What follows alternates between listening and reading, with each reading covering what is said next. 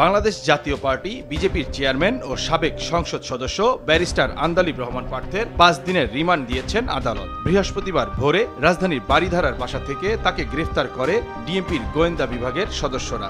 পরে বিকেলে তাকে আদালতে তোলা হলে শুনানি শেষে রিমান্ড মঞ্জুর করা হয়। একই দিনে আটক হয়েছেন বিএনপির যুগ্ম মহাসচিব শহীদউদ্দিন চৌধুরী এনি। বিকেলে রাজধানীর এলিফ্যান্ট রোডের একটি বাসা থেকে তাকে আটক করা হয় বলে দাবি বিএনপির।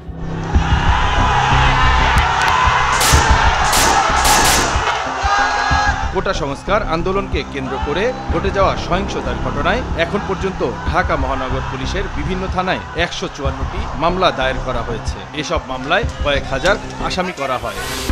মামলায় বিএনপি জামায়াতের শীর্ষ 20 নেতা সহ এখন পর্যন্ত 1758 জনকে গ্রেপ্তার করেছে ডিএমপির বিভিন্ন থানা ও বিভাগ। ডিএমপির পক্ষ থেকে বলা হচ্ছে, আন্দোলনের নামে যারা রাজধানীতে সহিংসতা করেছে তাদের বিরুদ্ধে অভিযান চলমান রয়েছে।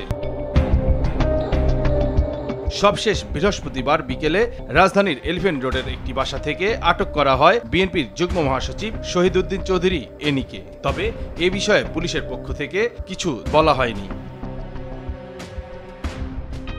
পুলিশ কিছু না বললেও গ্রেফতারের বিষয়টি নিশ্চিত করেছে বিএনপির মিডিয়া সেল এবং এনির ভাই হ্যাপি চৌধুরী। তবে কি কারণে তাকে আটক করা হয়েছে তা নিশ্চিত করে বলতে পারেনি কেউ। তাদের ধারণা, কোটা সংস্কার আন্দোলনকে ঘিরে সারা দেশে যে ব্যাপক ধরপাকড় চলছে, সেখানে বিএনপির সিনিয়র নেতা সহ দলটির অনেক কর্মীকে আটক করা হয়েছে। সে ধারাবাহিকতায় এনিকেও আটক করা হয়েছে।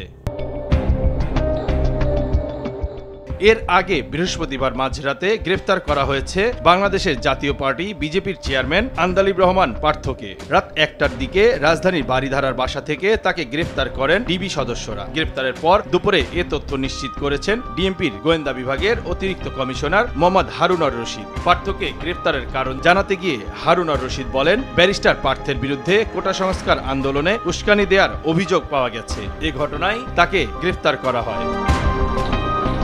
সম্প্রতি কোটা সংস্কারের দাবিতে আন্দোলনরত শিক্ষার্থীদের পক্ষে সামাজিক যোগাযোগ মাধ্যম ফেসবুকে বিভিন্ন পোস্ট দেন ব্যারিস্টার পার্থ। এছাড়া সরকার বিরোধী বিভিন্ন বিষয়ে তাকে সরব থাকতে দেখা যায় সামাজিক যোগাযোগ মাধ্যম ও টক শোতেও। বিকেলে ঢাকার অতিরিক্ত মুখ্য মহানগর হাকিম সুলতান সোহাগউদ্দিনের আদালতে হাজির করে 10 দিনের রিমান্ড চাইলে 5 দিনের রিমান্ড মঞ্জুর করেন আদালত। RTV news desk.